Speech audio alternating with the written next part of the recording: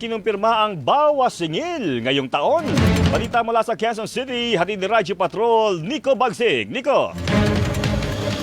Magpapatupad ng bawas singil sa tubig ang water concessionaire na Maynilad sa third quarter nitong taon.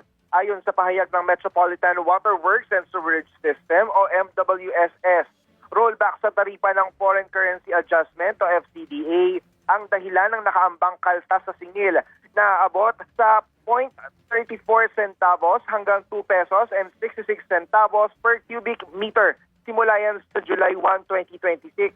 Ibig sabihin ang mga kumukonsumo ng 10 cubic meters pababa na nasa 187 pesos and 34 centavos ay magiging 187 pesos na lang, habang halos piso ang kaltas sa mga kumukonsumo ng 20 cubic meters at halos 3 piso naman ang bawas sa mga kumukonsumo ng 30 cubic meters. Yan ang balitang kumpirmado, sigurado. Ito ang Radyo Patrol.